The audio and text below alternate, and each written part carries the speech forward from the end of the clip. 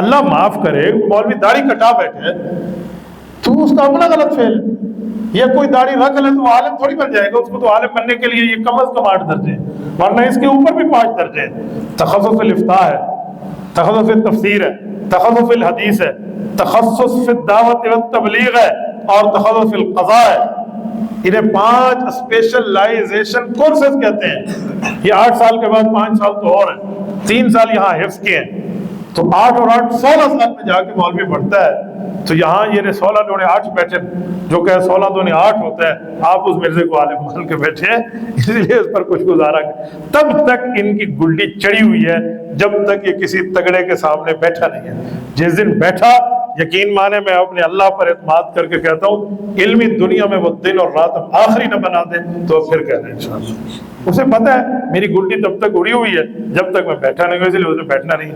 مجھے منت کر کے کہا اپنے شاگرد کے واسطے سے، یہ میں آپ کو کورونا سے 1-2 سال پہلے کی بات کرنے لگا ہوں، کہ مجھے میری امی نے روکا ہے کہ مناظرہ نہیں کرنا۔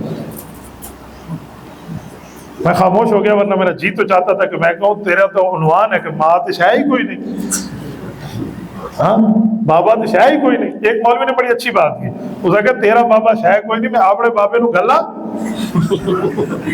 عجیب معاملہ دنیا میں سمجھا رہے ہیں لوگ، عجیب معاملات بتا رہے ہیں۔ کوئی اور بات کرے کسی کام کے بندے کی۔ ہاتھ کھا کر دعا مانگتے ہیں، حدیث کا اس کا وجود دیا ہے، اس کے اوپر عمل اہل حدیث کرتے ہیں۔ نہیں اہل حدیث تھوڑی کرتے ہیں، اس پہ تو عملی بھی کرتے ہیں۔ شیخ سدیس ہاتھ اٹھا کے مانگتے ہیں، کیا کہیں گے آپ کو؟ اتنی سختی نہ کریں نا اس مسئلے سے۔ مفتی صاحب، مولانا فضل الرحمان صاحب، علماء عالم دین، لوگوں کو احترام کرنا چاہیے۔ کافی سارے لوگ انہیں گالی طنز کرنا، یہ بارے تھوڑا جائے۔ نہیں اب تو مولانا فضل الرحمان صاحب کو وہ لوگ بھی ماننے لگ گئے ہیں جو مولانا کے خلاف بولتے تھے، اب تو وہ بھی پیچھے ہاتھ باندھ کے پڑھتے ہیں۔ اب ایسا مسئلہ نہیں، اب حکومت بھی مولانا کے در پہ بیٹھی ہے، اپوزیشن بھی مولانا کے در پہ بیٹھی ہے، تو انہیں پتہ ہے اس کے خلاف تقریروں میں تو بول لیں گے، لیکن ثبوت ان کی کرپشن کے ان کے پاس نہیں ہے۔ میرے صوبے میں تحریک انصاف کی 15 سال سے گورنمنٹ ہے KPK میں، 15 سال سے، 1 سال میں 365 دن ہے، ٹھیک ہو گیا تو 1000 دن سے زائد حکومت کر چکے ہیں، ایک کیس بھی مولانا پہ نہیں بنا سکے۔ تو جو سب سے بڑے ہمارے مخالف ہیں وہ ہم پہ کیس نہیں بنا سکے، باقی PDM کی جماعتیں تھے سارے پرانے اتحادی نے، تو اسی لیے ایسا مسئلہ نہیں ہے، ہم سارے اس کو جان گئے۔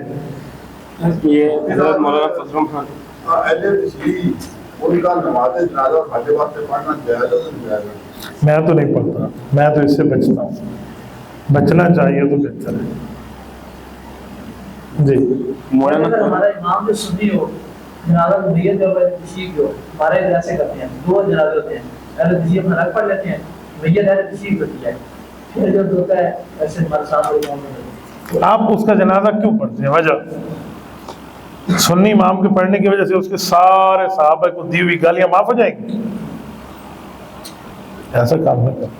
تو ایسے سنی امام کا کیا حکم ہے؟ وہ بابا میں تو اس کو امام چھوڑے، میں تو اس کو اچھا آدمی ماننے کے لیے تیار نہیں ہوں، اچھا آدمی ماننے کے لیے تیار نہیں ہوں، آپ اسے امام مانتے ہیں، اس کو شریعت کی اجازت ہے، دین کی اجازت ہے، ہو جائے۔ نبی علیہ الصلوۃ والسلام کے صحابہ پہ بات کی عبداللہ بن ابی نے، قرآن نے فرمایا وَلَا تُصَلِّ عَلَىٰ أَحَدٍ مِّنْهُمْ مَاتَ أَبَدًا، محبوب مصطفیٰ اس کا جنازہ نہ پڑھے، اللہ نے حضور کو منع کر دی۔ تو مولوی جا کے اسے پڑھا کے آتے نا، اپنی لالچ کی خاطر جاتے ہیں، اس کا کوئی شریعت سے لینا دینا نہیں ہے۔ تو حضرت مولانا فضل الرحمان صاحب اتنی مضبوط شخصیت ہے، اور ان کے ساتھ ماشاءاللہ پارٹیاں بھی سب کو لگا لیتے ہیں، ملا لیتے ہیں، تو یہ فلسطین کے مسئلے میں ان کی آواز اتنی جاندار عوام کہہ رہی کیوں نہیں بن رہی؟ اس کی وجہ کیا ہے؟ اس کی وجہ یہ ہے کہ لوگ ووٹ دیتے ہیں نون لیگ کو، ووٹ دیتے ہیں پیپل پارٹی کو، ووٹ دیتے ہیں PTI کو، ووٹ دیتے ہیں قاف لیگ کو، اور امید لگاتے ہیں مولانا فضل الرحمان سے۔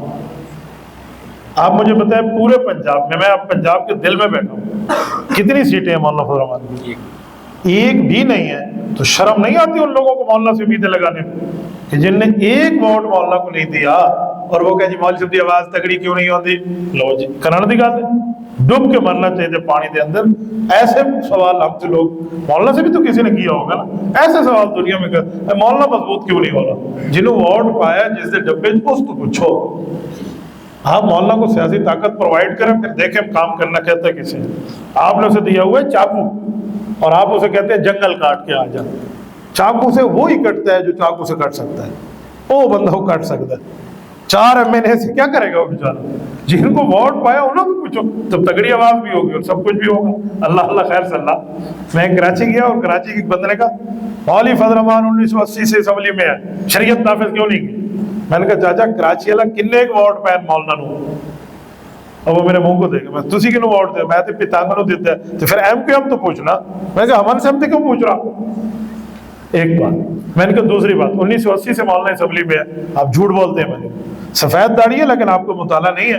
مولانا نے پہلا الیکشن 1988 کا لڑا ہے اور آپ کہتے ہیں 1980 میں 8 سال پہلے پہنچ گیا تھا وہ. پھر اس کو تھوڑا ایسی سمجھ آئی کہ یار بندے کا مطالعہ ہے، معاملے کو جانتا ہے. ایسے سنی لوگ اس پہ بات کرتے تھے. مجھے ایک بندے نے ایک دن کہا، سفید ریش بزرگ ہے، ایک محکمے سے آفیسر ریٹائر ہے، مجھے کہتے ہیں فضل الرحمان جو ہے نا اے لون دا سمگلر ہے، نمک کا سمگلر ہے. میں نے اسے پھر دیکھا، میں نے کہا کس چیز کی سمگلنگ کرتا ہے؟ نمک کی. میں نے کہا 10 روپے کا اتنا نمک ملتا ہے، 1 لاکھ روپے پہ ٹرک بھرا جائے گا. تو جھوٹ بولنا صحیح تو کچھ سونے دی گل کرتا، ہیرے دی کرتا.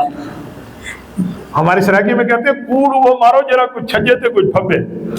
چہرہ جھوٹ آگے چل بھی نہیں سکتا. میں نے کہا وہ آپ کہہ رہے ہیں، پیسے پراپیگنڈے ہوتے ہیں حضرت، چلنے دیں.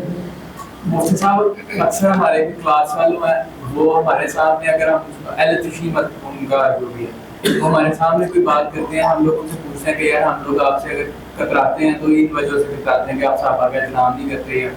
تو وہ ہمارے سامنے کہتے ہیں، باقاعدہ انہوں نے کبھی ہمارے سامنے کوئی اس طرح کی بات بھی نہیں کی. وہ کہتے ہیں کہ یار ہم سب کو مانتے ہیں، ہم سب کا احترام کرتے ہیں.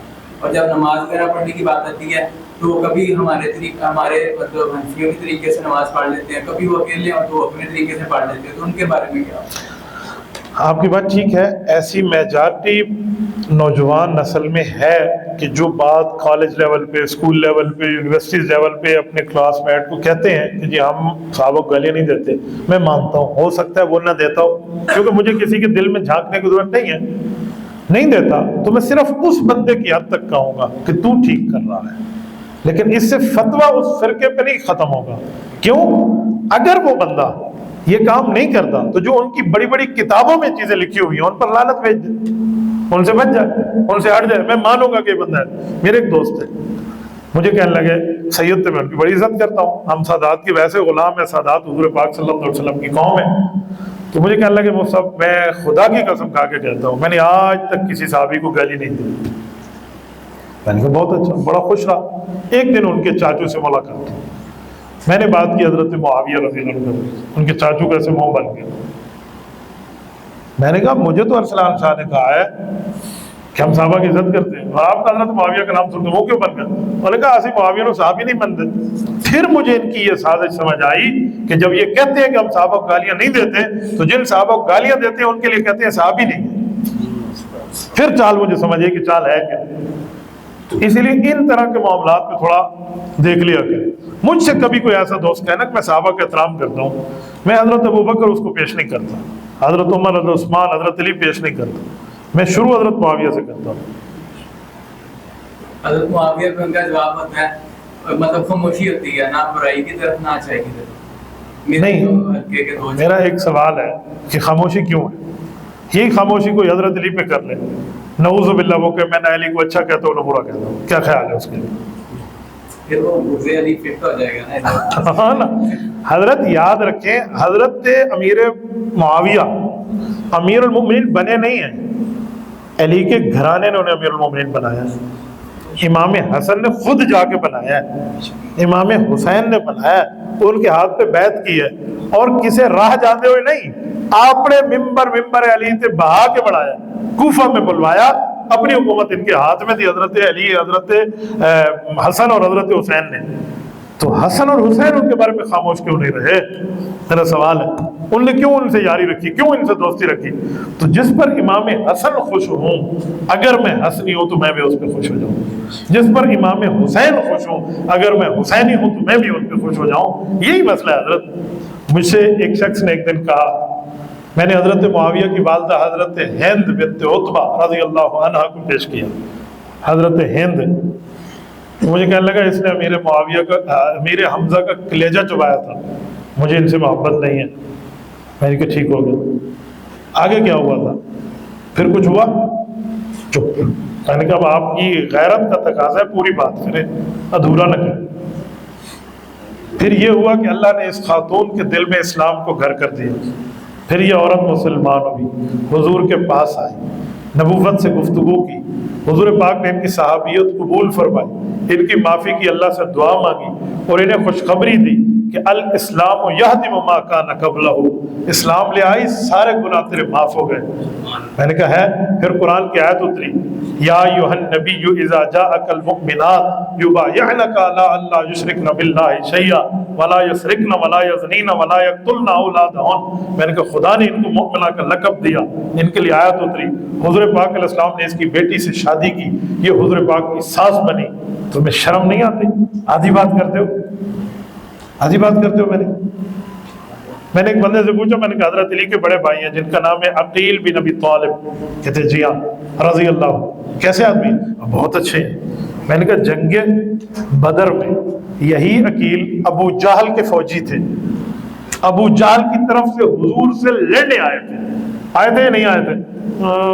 نہیں۔ میں نے کہا دلیل دے، کتاب میں تو موجود ہے تاریخوں میں کہ حضرت ابو طالب کے بیٹے حضرت عقیل حضرت علی کے بڑے بھائی ابو جہل کے لشکری تھے، فوجی تھے، حضور سے لڑنے آئے۔ تو ان کے بارے میں کیا خیال ہے؟ بعد میں صحابی بنے، مسلمان ہوئے، اللہ نے معاف کر دیا۔ میں نے کہا بالکل میرا نظریہ بھی یہی ہے۔ حضرت ہند کے بارے میں بھی دل صاف کر لے، پہلے جو ہوا، بعد میں مسلمان ہوئی، صحابیہ بنی، حضور نے قبول کیا، حضور نے دعا دی۔ پر مسئلہ یہ ہے کہ بنو امیہ اندر کے چھپے ہوئے بغض کو نکال کے منہ پہ لے آتا ہے۔ بنو امیہ وہ عظیم خاندان ہے، بنو امیہ اور بنو ہاشم دو ہی خاندان ہیں۔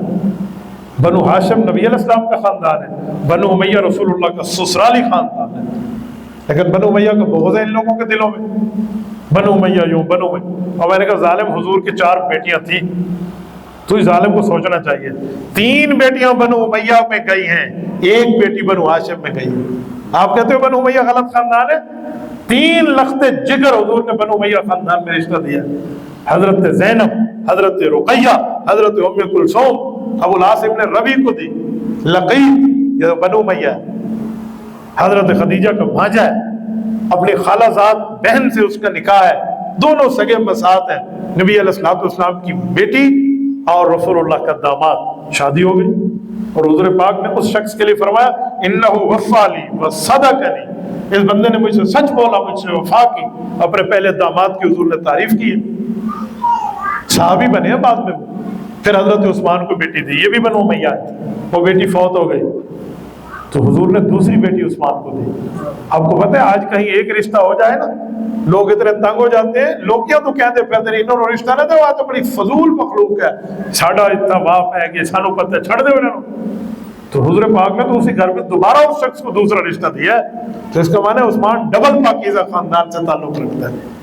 کیسے حضرت عثمان پہ بول جاتے ہیں؟ 3 رشتے بنو امیہ میں گئے، ایک حضرت سیدہ فاطمہ رضی اللہ عنہ کا رشتہ بنو ہاشم میں گیا۔ تو خدا کے بندے بنو امیہ تو تم محبوب رکھتے ہیں اس کو، اس کے خلاف باتیں کرنے پہ تیار ہو جاتے ہیں۔ اب بنو امیہ میں سے بعد میں کوئی ظالم آ جائے تو کہیں گے اس کی وجہ سے پورا بنو امیہ غلط ہو گیا۔ تو میں نے کہا تیرا دماغ خراب ہے، ابو جہل کی وجہ سے مکہ غلط نہیں ہوتا، حالانکہ ابو جہل بھی مکے کا ہے، لیکن مکہ مکرمہ ہے۔ عبداللہ بن ابی بے ایمان کی وجہ سے مدینہ خراب نہیں ہوتا، حالانکہ عبداللہ بن ابی مدینے کا رہنے والا ہے۔ خود خدا نے کہا ہے وَمِنْ أَهْلِ الْمَدِينَةِ مَرَضُوا عَلَى النِّفَاقِ لَا تَعْلَمُهُمْ نَحْنُ نَعْلَمُهُمْ سَنُعَذِّبُهُمْ مَرَّتَيْنِ، کہ مدینہ کے اتنے اجدر منافق ہیں، آپ ان کو نہیں جانتے، ہم ان کو جانتے۔ یہ اللہ نے قرآن میں کہا ہے سورۃ نمبر 33 سورۃ احزاب 12 نمبر 22 میں۔ تو ان بے ایمانوں کی وجہ سے حضور کا مدینہ خراب نہیں ہوا، مدینہ منورہ ہے۔ تو یار کسی خاندان میں ایک بے ایمان کی وجہ سے پورے خاندان کو غلط کیوں کہہ دیتے ہو کہ بنو امیہ ایسے ہیں؟ تو ایسے نہیں ہو سکتا۔ ٹھیک ہے،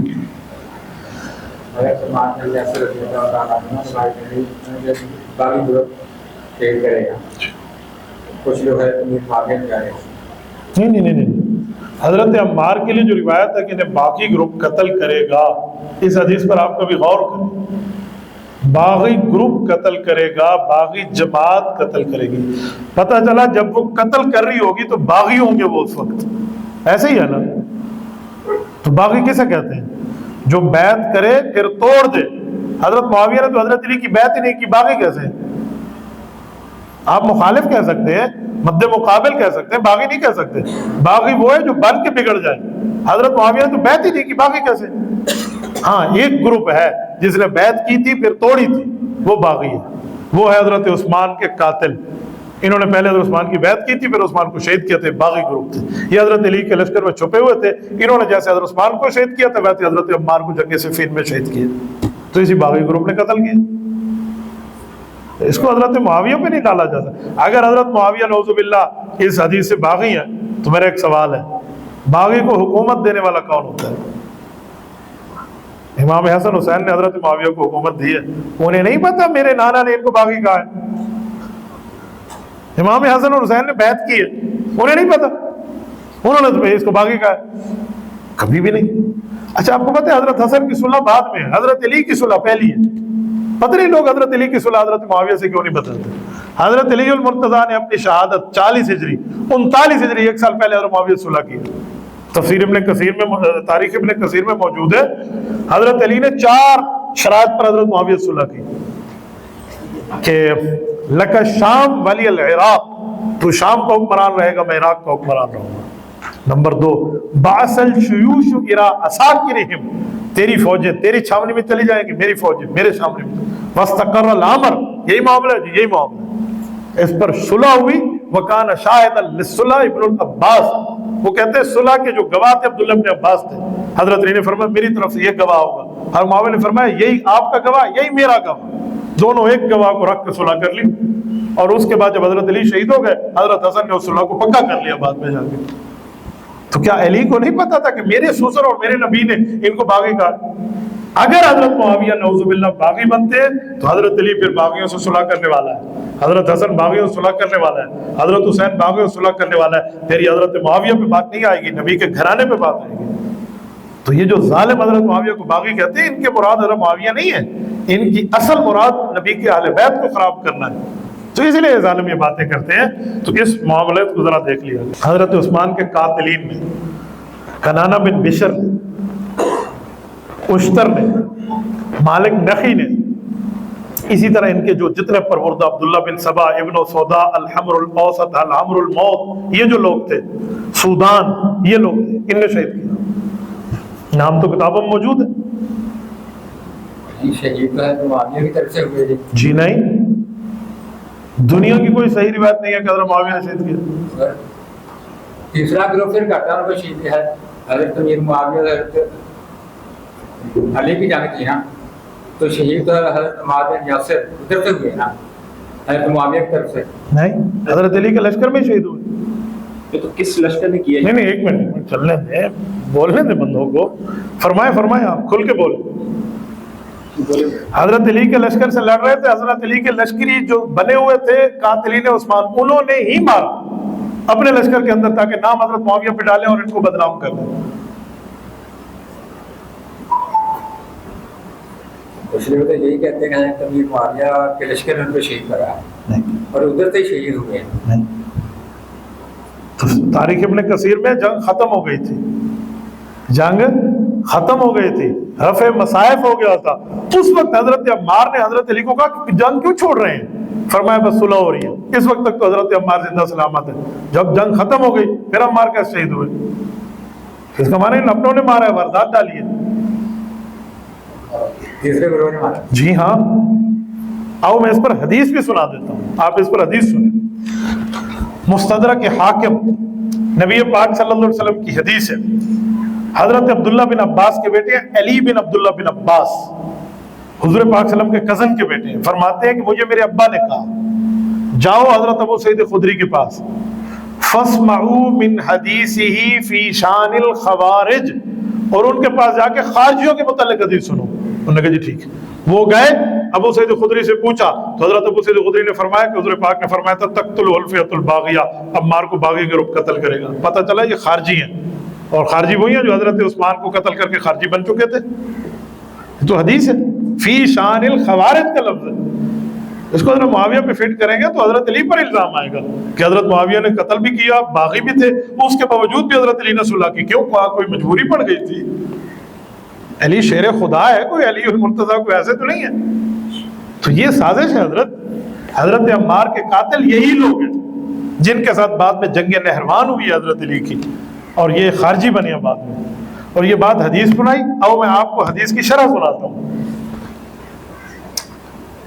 امام ابن بطال رحمۃ اللہ علیہ کی شرح صحیح البخاری جلد نمبر 3 کتاب الصلاۃ باب التعاون فی بناء المسجد. امام ابن بطال کہتے ہیں لأن عمار قتلہ الخوارج حین بعث علی الی جماعتہم، کہ حضرت علی نے حضرت عمار کو بھیجا کہ جاؤ اس باغی گروپ کو سمجھا کے آؤ. یہ جو حضرت عثمان کے قاتلین والے تھے انہوں نے حضرت عمار کو شہید کر دیا. پھر اس پر سوال ہوا کہ خوارج تو بعد میں بنے تھے، ابھی تو خارجی تھے نہیں، تو شہید کیسے؟ کہ جو بعد میں خارجی بنے انہوں نے شہید کر دیا. یہ امام ابن بطال کے لفظ ہے، اور امام ابن بطال وہ ہیں جو حافظ ابن حجر اسقلانی سے 405 سال پہلے دنیا سے فوت ہو گئے، ان کی شرح میں آج بھی موجود ہے.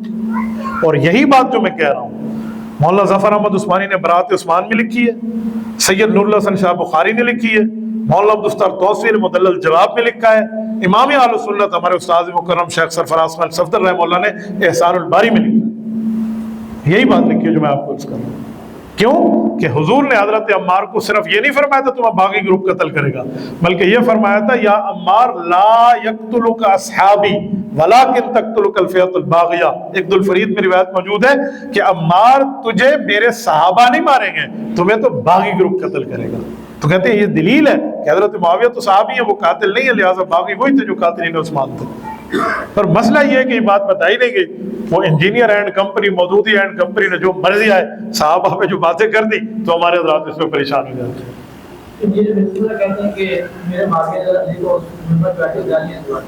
آپ نے صرف انجینئر کو سنا ہے نا، ہمیں نہیں سنا. آپ ہمیں بھی تو سنے. بسم اللہ بتائیں کون سی حضرت معاویہ نے گالی دی ہے؟ جرت کرے مرزا، ماں میں 7 مرتبہ دنیا میں پیدا ہو کے آ سکتا ہے نا، آ جائے کہ حضرت معاویہ نے ممبر پہ علی کو گالی دی ہے، اس کا ابا بھی ثابت نہیں کر سکتا. گالی تھی دسو مینوں کیڑی گالی دیتے ہیں؟ وہ گالاں دا نام تے ہونے کون سی گالی دی ہے؟ جرت کرے بتایا ذرا. یہ اعتراض حضرت معاویہ پہ بعد میں آئے گا کہ وہ گالی دیتے ہیں، نعوذ باللہ. یہ اعتراض امام حسن حسین پہ پہلے آئے گا کہ باپ کو گالیاں دینے والے کے یار بنے رہے. کیوں بنے رہے؟ آپ کے ابا جان کو غلط کہ آپ اس کے ساتھ ہاتھ نہیں ملاتے. چہ جائے کہ امام حسن جا کر حکومت دے دے حضرت معاویہ کو، حضرت امام حسن حسین کیوں بنے رہے؟ ان کو نہیں پتا تھا. آپ کی اسی فیصلہ بات میں تھا. یہاں پتہ نہیں چک کون سا ہے، مجھے گجر صاحب وہاں لے گئے، 10 سال پرانی 15 سال پرانی بات کر رہا ہوں. تو میں وہاں گیا تو ایک بندے نے مجھے یہی سوال کیا، تو میں نے اس کو جواب کہا کہ امام حسن کو پتہ نہیں تھا. تو اس نے آگے پھر جھوٹ بولا. بادل نے ایک کوڑ دے پیچھو 100 کوڑ مارنے پودے. تو اس نے ایک اور جھوٹ بولا کہ یہ بات امام حسن تک پہنچی نہیں تھی، چھپی چھپی تھی. اور میں نے کہا ادھر کہتے ہو ممبر پہ گالی دیتے، ادھر کہتے چھپی چھپی تھی. تو ممبر کی گل چھپی ہوئی ہوتی ہے یا ظاہر ہوتی ہے؟ تو حضرت ایسا کچھ بھی نہیں ہے، کوئی حضرت معاویہ نے گالی نہیں دی. اچھا چلو میں ایک مرزائیوں کو منہ منگی موت اور بھی دے دوں. یہ جو کہتے ہیں نا گالی دی، اس روایت میں لفظ ہے سبا، کہتے ہیں سب کا مطلب ہے گالی دینا. انہیں کہ جرت کے ساتھ دل باندھ کے بیٹھو اور لکھو سب کا مطلب ہے گالی دینا. یہ لکھ دیں، ان کا ابا بھی نہیں لکھے گا کیونکہ اسی مسلم شریف میں لکھا ہوا ہے. حضور فرماتے ہیں اللہم انی سببتہ، اے اللہ جس کو میں نے سب کیا، حضور فرماتے ہیں اس کو قیامت میں بخش دو. اب کرو ترجمہ گالی ہے. حضور خود فرماتے ہیں سببتہ، میں نے جسے سب کیا. اگر سب کا معنی ہے گالی کہو، ادھر ترجمہ کیا کرتے ہیں؟ جس کو میں نے سخت لفظ کہا. تو ادھر کہو نا حضرت علی اور معاویہ کی جنگ چل رہی تو حضرت علی نے بھی سخت لفظ، حضرت معاویہ نے حضرت علی کو سخت لفظ کہا. جنگ میں سخت لفظ کہہ ہی دیتے ہیں، کیڑی گل ہے؟ اس کا معنی کو گالی ہے؟ ایسے جاہل چپل پٹا چھپل ہے، نہ ان کو سب کا معنی آتا ہے نہ ان کو دلیل کا معنی آتا ہے. کچھ بھی نہیں کر سکتے حضرت. میں نے کہا کہ 7 جنم لے کر آ جائیں یہ اہل حق سے بات نہیں کر سکتے. ہم آنے ہر بات کر، ہم بھی تو ممبر پہ کہہ رہے ہیں نا. انہوں نے وہ ممبر تے گل یاد ہے، ساڑی ممبر تے جواب یاد کوئی نہیں. یہ جو سائنمات کتاب ہے اہل حدیث اس کو کہتے ہیں کہ نا یہ جس نے لکھی نا اس کو ڈاکٹر نے کہا تھا کہ آپ نے ریسٹ کرے آپ کا ذہن نہیں ٹھیک ہے تو اس نے لکھ لی تو اب یہ کہتے ہیں کہ یہ نا فضول اعمال ہے اس کا نام ہے فضائل اعمال. ٹھیک ہے بیٹا وہ لوگ یہ کہتے ہیں آپ ٹھیک کہہ رہے ہیں لیکن تحقیقی بات ہے کہ وہ غلط کہتے ہیں. فضائل اعمال 7 کتابوں کا مجموعہ ہے. اس میں 7 کتابیں ہیں. فضائل نماز، فضائل ذکر، فضائل درود شریف، فضائل تبلیغ، مسلمانوں کی پستی کا موجودہ مسلمانوں کی پستی کا حل، فضائل حج، فضائل درود شریف. یہ 7 کتابیں. 8ویں ہے حکایات صحابہ. کل ملا کر یہ فضائل اعمال ہیں.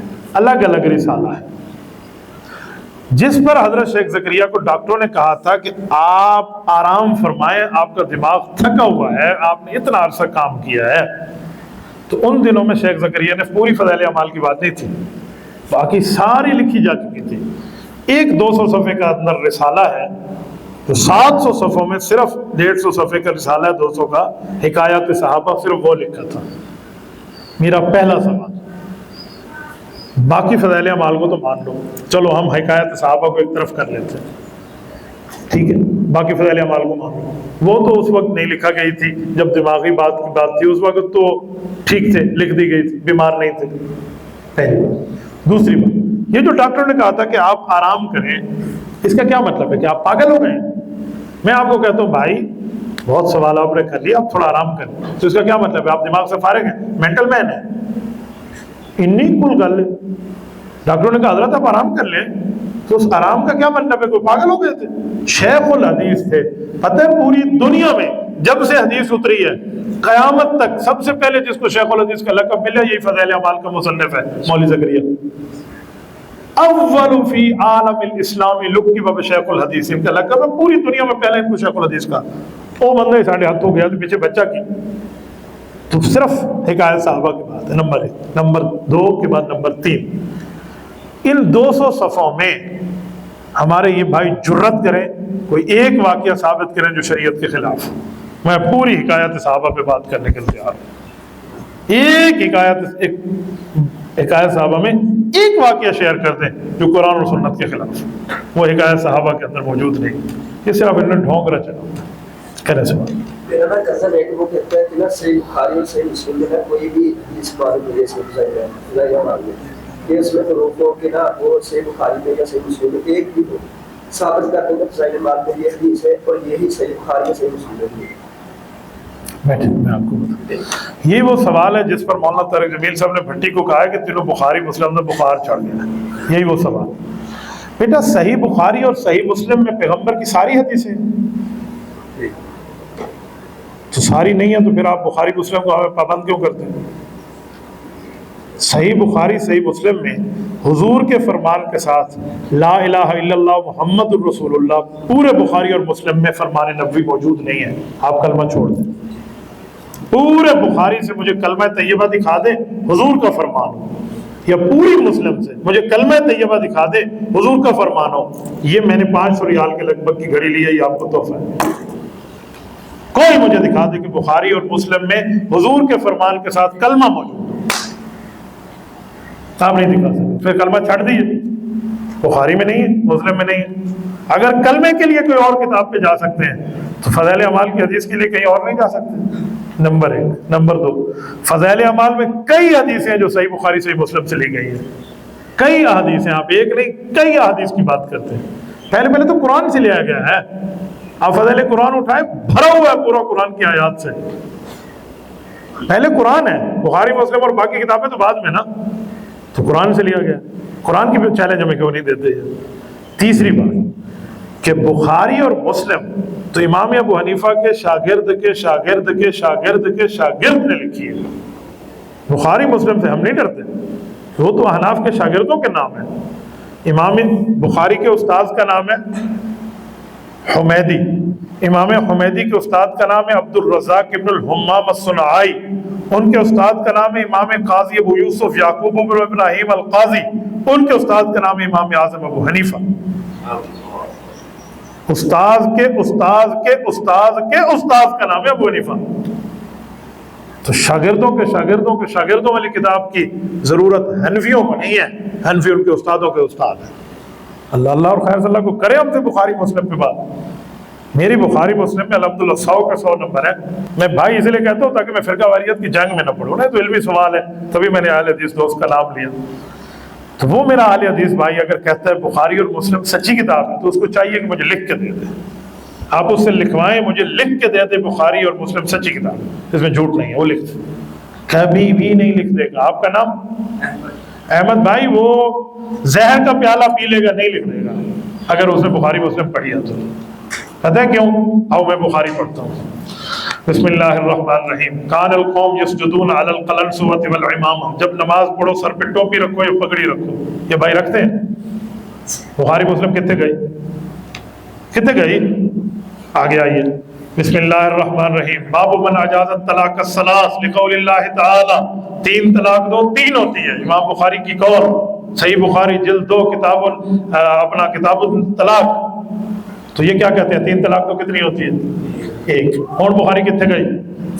صحیح بخاری جلد نمبر 1، واللہ لا یذیقک اللہ الموتتین ابدا، نبی قبر میں زندہ ہے، دوسری موت نہیں آئے گی، یہ حضور کی قبر کی زندگی نہیں مانتے۔ اب بخاری کتنے گئی؟ صحیح بخاری میں موجود ہے، ما انتم باسماء عالم من، عمر ان مردوں سے زیادہ تم نہیں سن رہے، جتنا وہ سن رہے ہیں تم بھی سن رہے، اور یہ سما کے قائل نہیں ہے۔ اب بخاری کتنا گئی؟ ٹھیک ہے، الاخذ بالیدین، عمار دونوں ہاتھوں سے مصافحہ کرو، بخاری،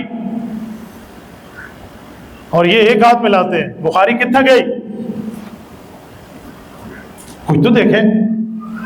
صحیح بخاری میں روایت موجود ہے، نبی علیہ السلام نے تہجد 8 رکعت پڑھی ہے اور 3 وتر پڑھے ہیں، اور پورے رمضان میں بھی پڑھے ہیں اور غیر رمضان میں پڑھے ہیں۔